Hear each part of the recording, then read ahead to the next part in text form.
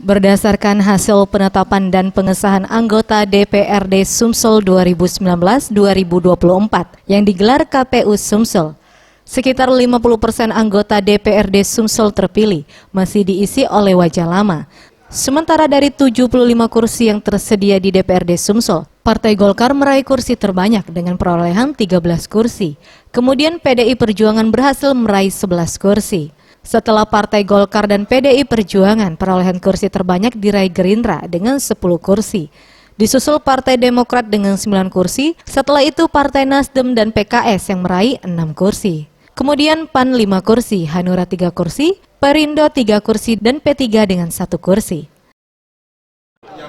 Golkar. Jadi Golkar itu memperoleh 13 kursi untuk DPRD Provinsi Sumatera Selatan. DPR Sumsel itu mungkin berapa persen yang wajah lama? Saya rasa lebih dari 50% ya adalah wajah lama. Hampir lebih dari 50%.